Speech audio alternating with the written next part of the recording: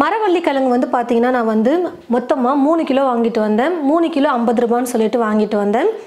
முதல்ல மேலே இருக்கிற தோலை வந்து நம்ம சீவிட்டு மரவள்ளி கிழங்கு எடுத்து வச்சுக்கலாம்.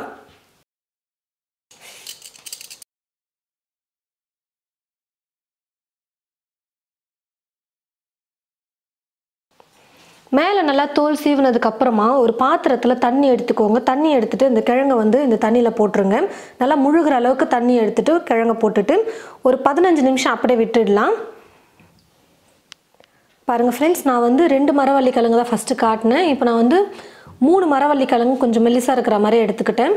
நீங்கள் இந்த மாதிரி மொத்தமாக இருக்கிற மாதிரி இருந்ததுனால நீங்கள் எடுத்துக்கோங்க. சிப்ஸ் நல்லா பெருசாக உங்களுக்கு கிடைக்கும். நல்லா 15 நிமிஷத்துக்கு தண்ணியில் நல்லா அப்படியே விட்டுட்டேன். இப்போது ஒரு துணி எடுத்துக்கிட்டு இந்த காட்டன் துணியில் மரவள்ளி கிழங்கை போட்டு நல்லா தொடச்சி எடுத்துக்கலாம். கொஞ்சம் கூட ஈரமே இல்லாத மாதிரி நல்லா தண்ணியில் மரவள்ளி கிழங்கை கழுவிட்டு அதுக்கப்புறமா எடுத்துக்கோங்க. நல்லா ஈரமே இல்லாத மாதிரி ஃபுல்லாக தொடச்சி எடுத்துக்கலாம்.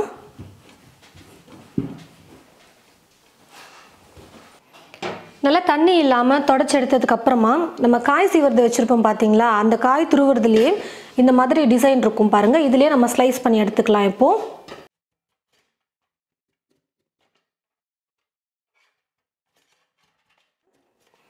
ஃபஸ்ட்டு ஸ்டார்டிங்கில் சும்மா ஷேப் இல்லாமல் இருக்கும் பார்த்தீங்களா, நம்ம கட் பண்ணது அப்போ வந்து கொஞ்சம் உடஞ்ச மாதிரி வரும். அதுக்கப்புறம் நமக்கு ரவுண்டாக அழகாக வந்துடும்.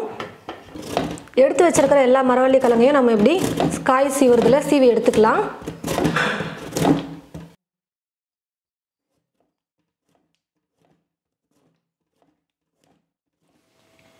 பாருங்கள் ஃப்ரெண்ட்ஸ், நான் வந்து மரவள்ளி கிழங்கு இந்த மாதிரி சீவி எடுத்துக்கிட்டேன்.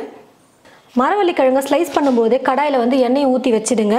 நம்ம ஸ்லைஸ் பண்ண அப்படியே எண்ணெயில் போட்டு பொரிச்சு எடுக்கும்போது ரொம்ப ஈஸியாக இருக்கும். நமக்கு டக்குன்னு சிப்ஸ் வந்து ரெடி ஆகிடும். இப்போ நம்ம சிப்ஸ் செய்ய ஆரம்பிச்சிடலாம். கடாயில் எண்ணெயை ஊற்றி வச்சுட்டு எண்ணெய் வந்து பார்த்திங்கன்னா நல்லா காஞ்சி வந்துருச்சு. இப்போ நம்ம ஸ்லைஸ் பண்ணி வச்சுருக்கிற சிப்ஸை வந்து எண்ணெயில் போட்டுடலாம்.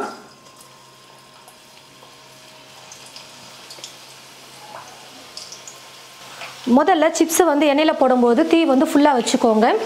கொஞ்சம் நேரம் நல்லா தீ ஃபுல்லாக வச்சுட்டு குக் ஆனதுக்கப்புறமா ஸ்டவ்வை வந்து நம்ம மீடியம் ஃப்ளேமில் வச்சுக்கணும்.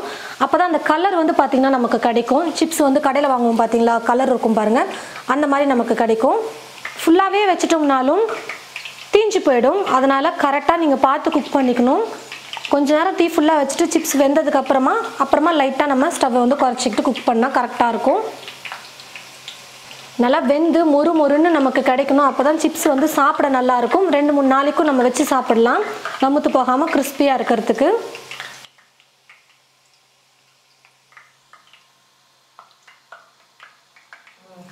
பாருங்கள் ஃப்ரெண்ட்ஸ், இப்போது நல்லா கொதியெல்லாம் அடங்கிடுச்சு பாருங்கள். நம்ம சிப்ஸ் போடும்போது எந்த அளவுக்கு நல்லா கொதிச்சுது, இப்போ கொதி அடங்கிடுச்சு. இப்போ வந்து ஸ்டவ்வை நான் மீடியம் ஃப்ளேமில் வச்சுக்கிறேன். கொஞ்சம் குக் ஆச்சுன்னா போதும், நல்லா சூப்பராக நமக்கு சிப்ஸ் கிடச்சிரும். இன்னும் கொஞ்சம் லைட்டாக கலர் மாறுற வரைக்கும் நான் குக் பண்ணிக்கிறேன். ரொம்ப மொத்தமாக ஸ்லைஸ் பண்ணிடாதீங்க, அப்புறமா சிப்ஸ் வந்து கட்டன்னு இருக்கும், கிறிஸ்பியாக இருக்காது. இப்போ நல்லா கலர் வந்துருச்சு சிப்ஸ், நான் எடுத்துடுறேன். இந்த மாதிரி ஒரு வடிகரண்டியில் போட்டுக்கோங்க. அப்போ வந்து ஈஸியாக இருக்கும். எக்ஸ்ட்ரா எண்ணெய் நல்லா ட்ரை ஆகிட்டு வந்துடும். சிப்ஸ் சாப்பிட்றதுக்கு எண்ணெயே இல்லாமல் இருக்கும். இப்போ திரும்பவும் ஸ்லைஸ் பண்ணி வச்சுருக்கிற மரவள்ளி கிழங்கை எண்ணெயில் போட்டு பொரிச்சு எடுத்துடலாம். பாருங்கள் ஃப்ரெண்ட்ஸ், சிப்ஸ் வந்து பொரிச்சு எடுத்தாச்சு. நல்லா கிறிஸ்பியாக நல்லா வந்திருக்கு சிப்ஸ் வந்து. இப்போ இதுக்கு மேலே நம்ம உப்பு மிளகாய் தூள் போட்டு நம்ம மசால் வந்து இது பண்ணணும். ஒரு சின்ன கிண்ணத்தில் உப்பு கொஞ்சம் எடுத்துக்கிறேன். வெறும் மிளகாய் தூள் சேர்த்துக்கிறேன்.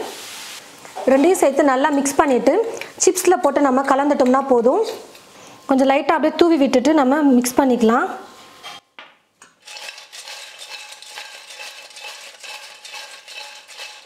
உங்களுக்கு எவ்வளோ காரம் வேணுமோ அதுக்கேற்றது போல் நீங்கள் உப்பு மிளகாய் தூள் சேர்த்து மிக்ஸ் பண்ணிவிட்டு கலந்துக்கோங்க. நல்லா சுட செஞ்சதுமே எடுத்து நீங்கள் போட்டு மிக்ஸ் பண்ணிங்கன்னா நல்லா பிடிச்சிக்கும் அந்த சூட்டில் உப்பு மிளகாய் தூள்.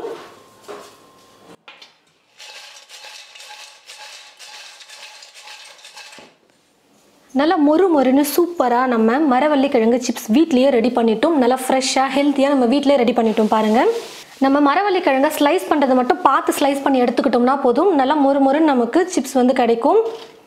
பாருங்கள், நல்லா மொறுன்னு நமக்கு வந்து கிடச்சிருக்கு. கொஞ்சம் கூட நமுத்தே போகலை. கொஞ்சம் மொத்தமாக நம்ம ஸ்லைஸ் பண்ணிட்டோம்னா அது வந்து ஒரு மாதிரி கட்டன்னு இருக்கும், கடிச்சு சாப்பிட்றதுக்கு நல்லா இருக்காது. கொஞ்சம் மெல்லிசாவே நீங்கள் வந்து ஸ்லைஸ் பண்ணி எடுத்துக்கோங்க. அப்போ சூப்பராக இருக்கும் மரவள்ளிக்கிழங்கு சிப்ஸ் சாப்பிட்றதுக்கே. நான் வந்து 3 கிலோ 50 ரூபாய்க்கு வாங்கின மரவள்ளிக்கிழங்கு. ஆனால் நான் யூஸ் பண்ணது வந்து பார்த்தீங்கன்னா 1 கிலோ மரவள்ளிக்கிழங்கு தான்.